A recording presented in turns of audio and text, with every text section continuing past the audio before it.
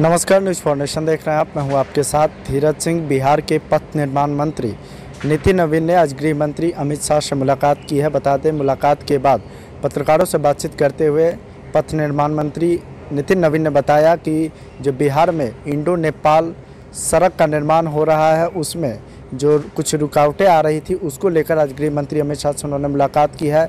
और गृह मंत्री अमित शाह ने इस पूरे मसले पर आश्वस्त किया है कि जितने भी कमी हो रही है वो तमाम कमियों को दूर करके इंडो नेपाल का जो बिहार में 522 किलोमीटर का जो सड़क का निर्माण हो रहा है, उसमें वो पूरा सहयोग करेंगे। क्या कुछ कह रहे हैं बिहार के पथ निर्माण मंत्री नितिन नवीन गृह मंत्री अमित शाह से मुलाकात के बाद। छोड़ जाते हैं आपको उनके वीडियो को। गृह मंत्री अमित शाह से मुलाकात हुई, किन मुद्दों को? देखिए, बिहार में इंडो नेपाल बॉर्डर के दृष्टि से 522 किलोमीटर की सड़क की काम चल रहा है, जो हम लोगों ने गति दी है।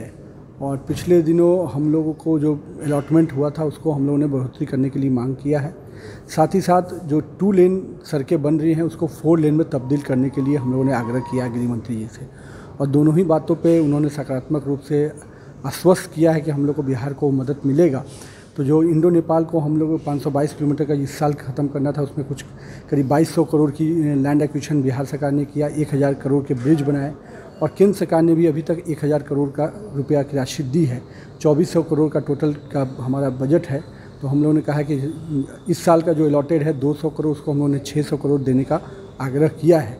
तो हमारा मानना है कि जो इंडो नेपाल जो पूरा सामरिक दृष्टि से बहुत ही महत्वपूर्ण सड़क है और जिसमें बड़ा स्ट्रेच बिहार से गुजर रहा है 522 किलोमीटर का, 700 किलोमीटर में 522 बिहार का है, तो उसको हम लोगों ने 4 लेन में तब्दील करने का भी आग्रह किया है। ताकि जिस प्रकार से ट्रैफिक डेंसिटी उन इलाकों में बढ़ी है, बेतिया है, सीतामढ़ी है, मोतिहारी का इलाका है, तो इन इलाकों में जिस प्रकार से ट्रैफिक डेंसिटी बढ़ी है, तो सबको ध्यान में रखते हुए हम लोगों ने आग्रह किया है गृह मंत्री जी से।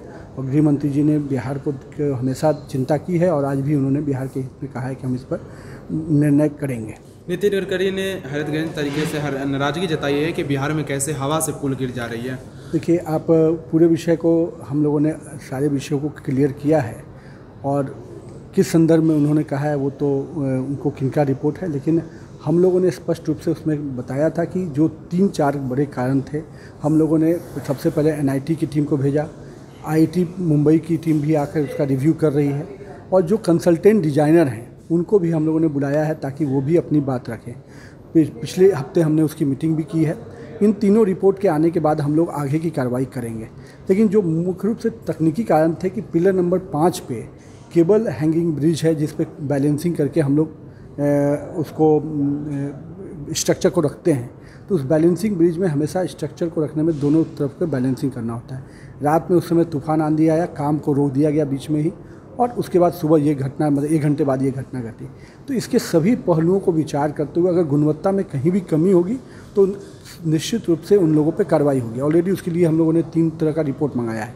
उन तीनों रिपोर्ट के आने के बाद हम लोग कोर्स ऑफ एक्शन तय करेंगे।